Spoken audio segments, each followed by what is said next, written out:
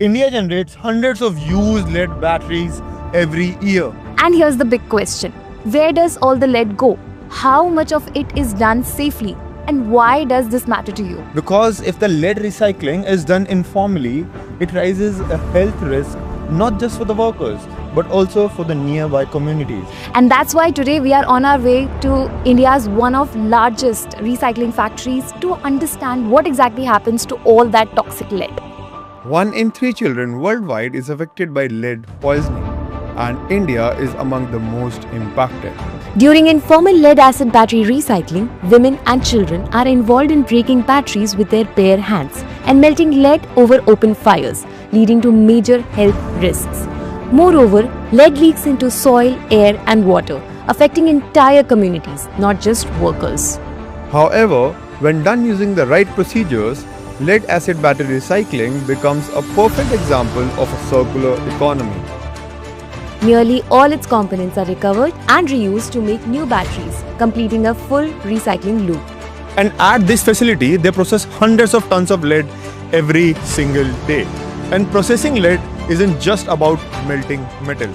Well, it's a complex process, and trust me, the scale might surprise you. Hello. So, we are finally here. I want to see the lead getting recycled. Can we just go? Sure, we can, but safety comes first.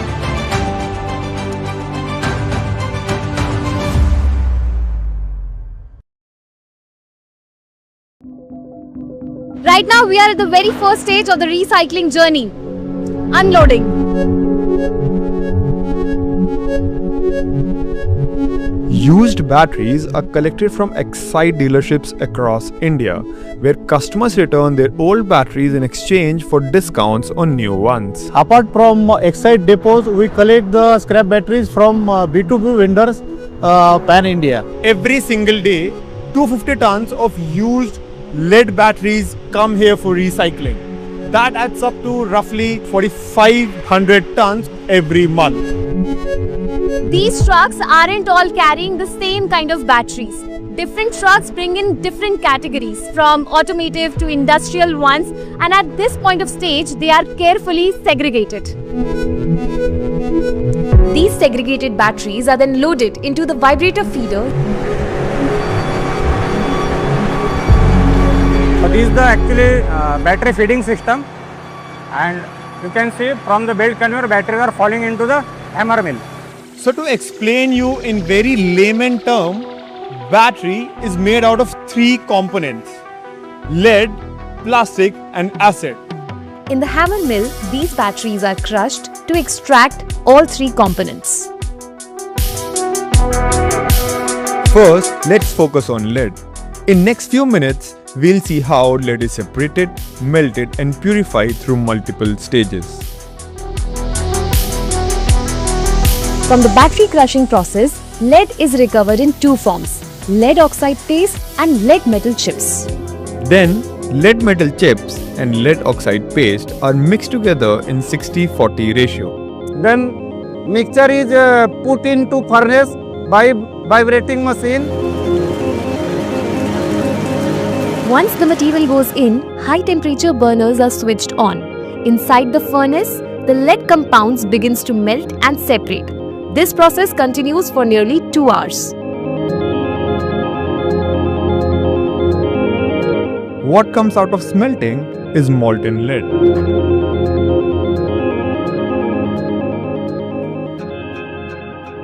So after smelting, we do get lead, but it's highly impure. It contains other metals. That's where comes the next process of refining. Here, the molten lead goes through a controlled purification process. This is the stage where all the impurities are removed carefully.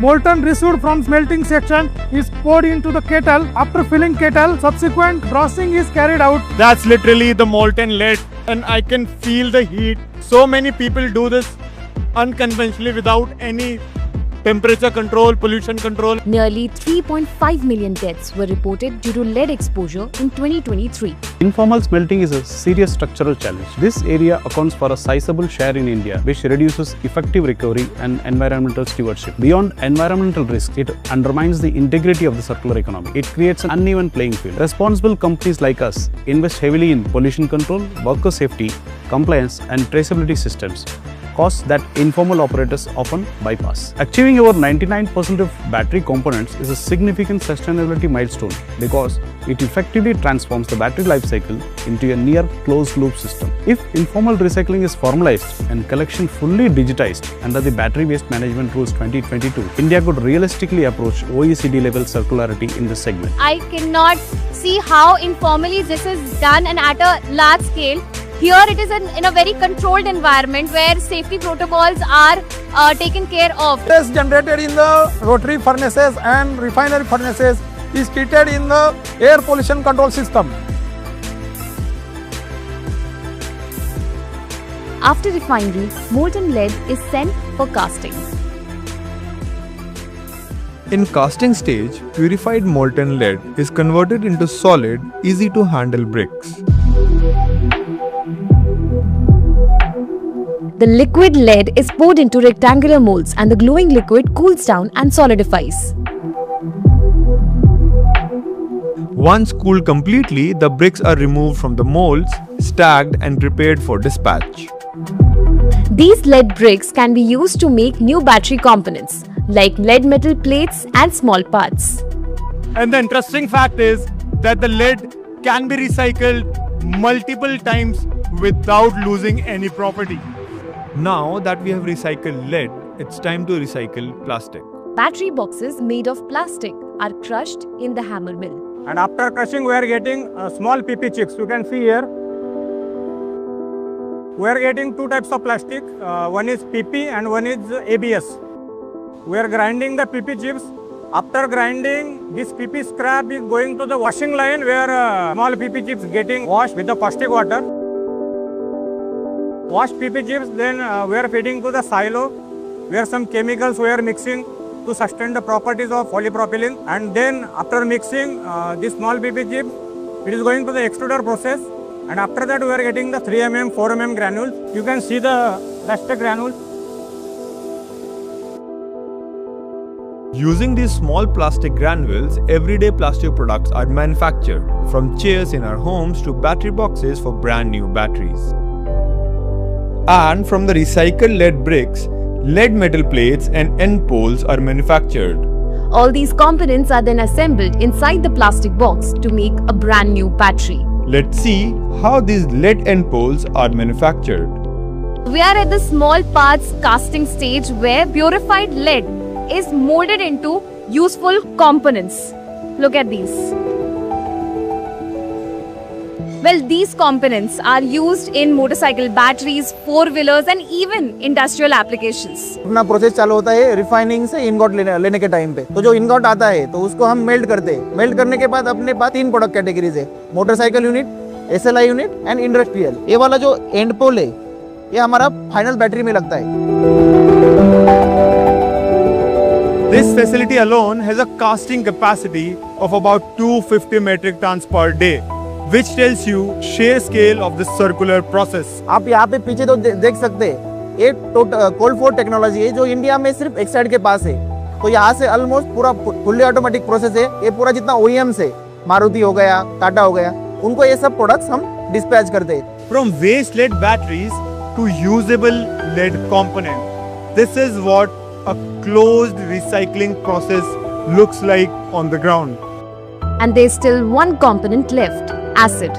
So any acidic effluent released during the recycling process is first neutralized. And you know what? The treated water is reused within the plant itself. That means no wastewater is released out of this plant. Exactly. In this tank, we are taking battery acid and we are adding calcium hydroxide to neutral that acid. And after this entire process, there's still one byproduct left, ETP sludge.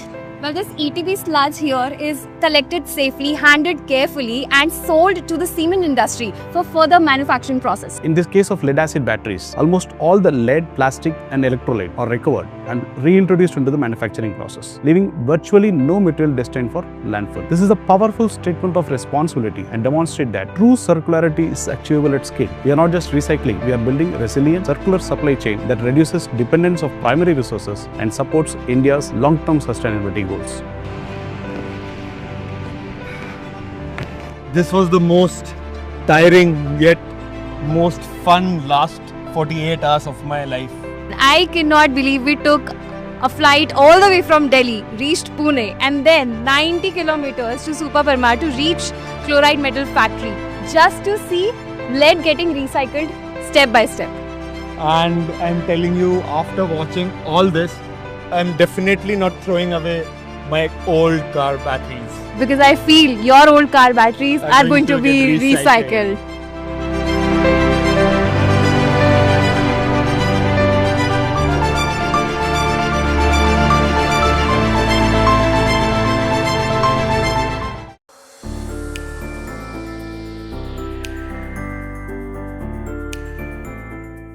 I believe context has already been set by a nice video from CML. And what we are essentially looking at is also, this is the case which clearly establishes that why it is required to formally recycle lead acid batteries, and how it is also equally important to ensure that all the batteries which come out as a waste is routed to formal recycling system, not the informal one. And we know what acids can do if they are not collected properly in informal recycling, if they are drained in the municipal drain, say for example, or let out on a soil, what acids can do. Not only to people who are trying to recycle lead informally, but also to surrounding population. Similar is the issue with lead. Many times, if it's informally recycled, there are case studies in many countries, Philippines, for example, which has shown that informal lead recycling has led to higher blood lead level in the communities around. And many times, I believe that maybe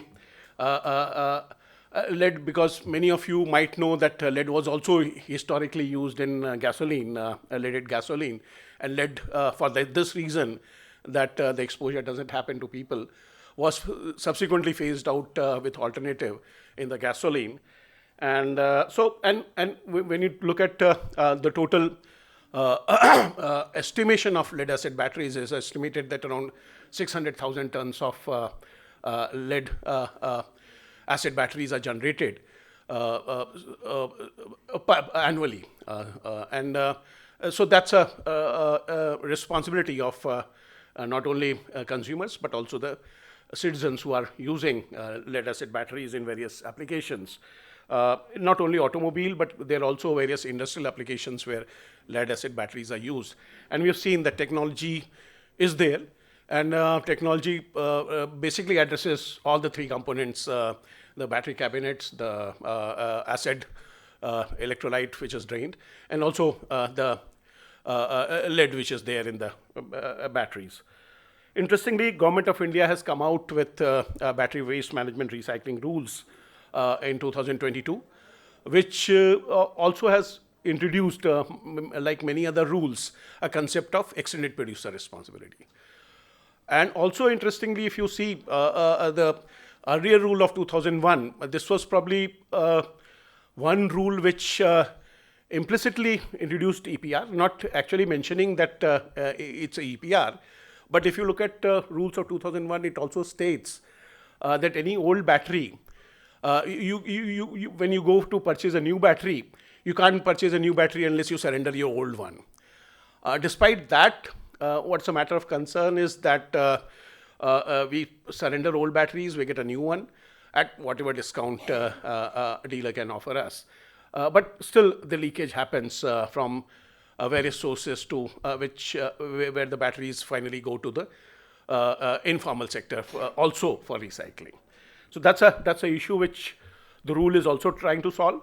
And in the video, the rules also set up recycling targets. Recycling targets not only in terms of battery coming out as a waste stream, but also it has mandated the battery manufacturers to ensure that certain percentage of lead goes back again to the battery configuration. And very interestingly, Exide and CML is already ensuring that around 70% I believe was the figure.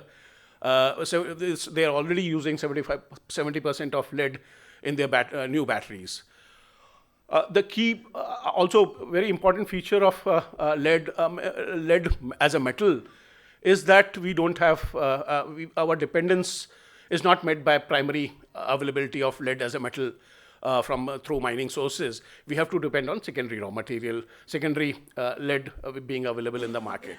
So that makes it more important for recyclers to ensure that every bit of waste batteries are captured and recycled in a responsible manner, and also they go to the new battery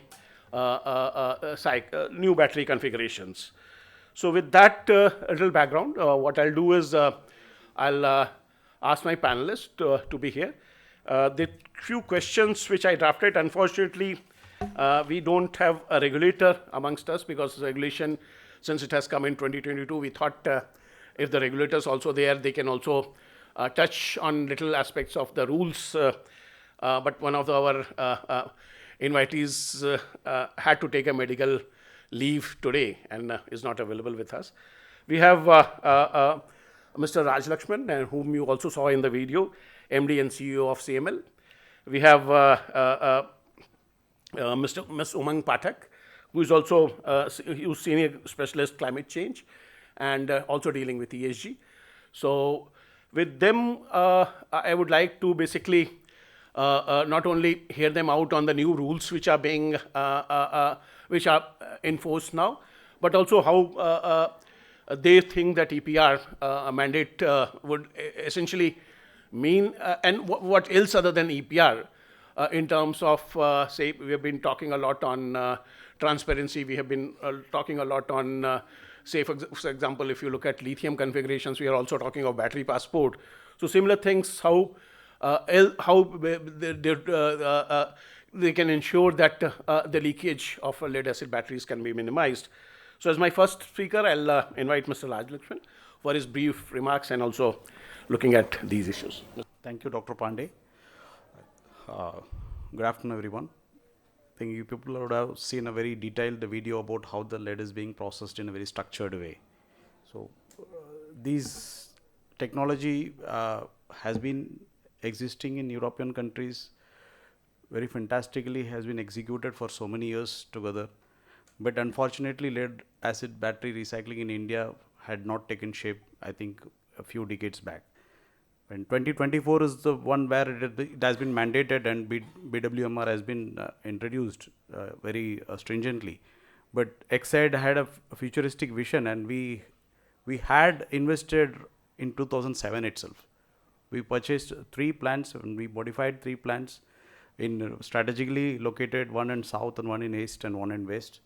And this is the latest plant which we have commissioned in 2022. And it's a huge investment. You would have seen in the clip. We have invested 200 crores in this plant, and overall Exide has invested 500 plus crores in establishing these 3 plants. Hardly any recycling industry, lead acid recycling industry, had invested this kind of amount in a formal recycling space. So that makes the difference. Like you would have seen a small, if any technical people over here, when the manual recycling has been done, all the flames have been coming out. And when the recycling is being done in a structured way, you could not see any flames, it is being sucked out. So that is the major difference, like on a layman's term, if you say, the closed loop recycling. So everything, all the hazard is being sucked inside the system, and that is being treated properly, and all the components of the battery is being produced in a very usable product, and that is the best part of this recycling. Like Dr. Pandey has already highlighted where the challenge is. So we have invested a lot, and we are running our plant. If you see, we are running at 40% of capacity. That is the most unfortunate thing, because we don't get batteries. though the batteries we manufacture, we put it in the market. So, see, statistics says around 45% of lead acid batteries are getting leaked into the system, into informal recycling sectors. Government has done a lot. The regulators have helped us a lot. If you think one of the invitee, Mr. Anand Kumar, he has drafted a beautiful SOP of lead acid battery recycling. Unfortunately, he was not able to make it up today. But unfortunately, few people follow that. So that is a big challenge with us. And our we being a responsible citizen, we need to see, like, we need to spread this awareness among the people. If regulators are there, we would have asked them what kind of additional help they can give us to securing the quantity of batteries and not allowing it to leak into the system. So, but as a responsible citizen, it is our responsibility, because everyone sees the battery, and battery have some markings. Should not be dumped in the waste bin. It should be properly handed over to the authorized recyclers.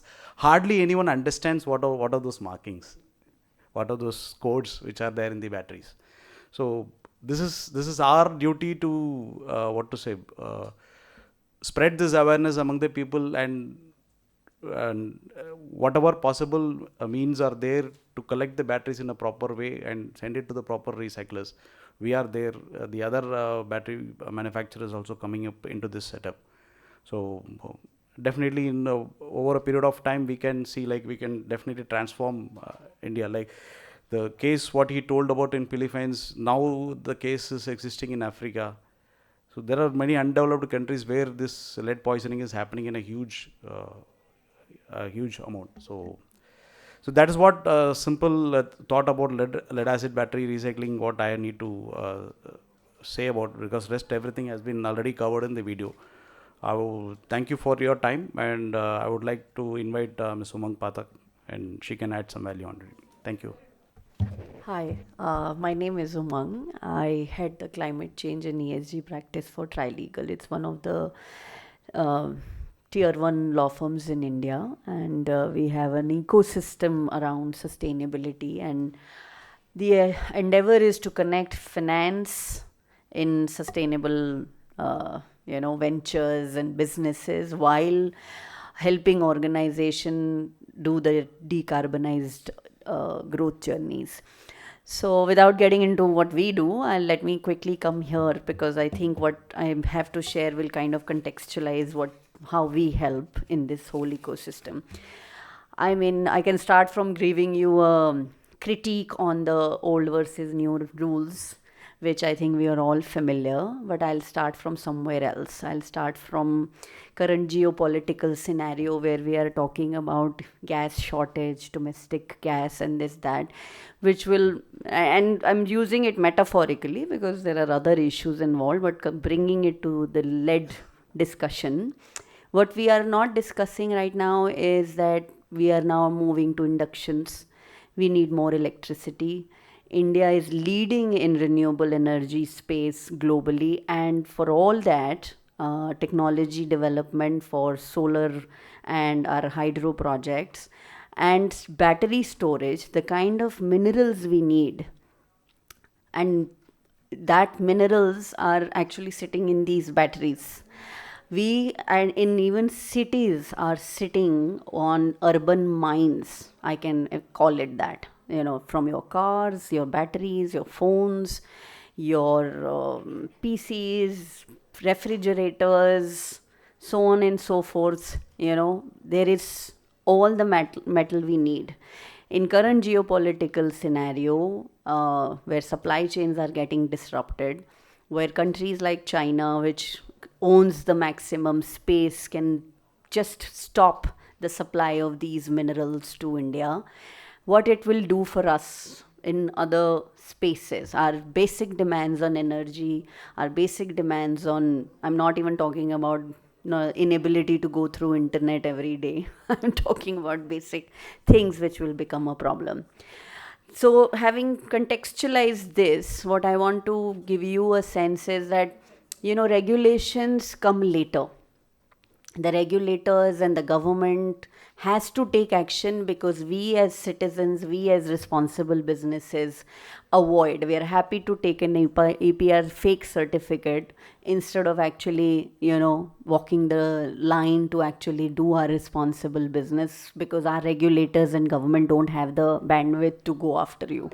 They don't have the bandwidth to do audits. They don't have the bandwidth to actually see whether this battery was recycled by those authorized EPRs. I mean, Sir's paper clearly says that the amount of batteries we are producing annually, the recycling certificates are way more than that. So who's recycling what, we don't know. Having so the context of this conversation is that we force regulator to bring penalties, but one thing we should notice, that the criminal penalty on not recycling, which was there in earlier rules, have been decriminalized now. Why does government do that?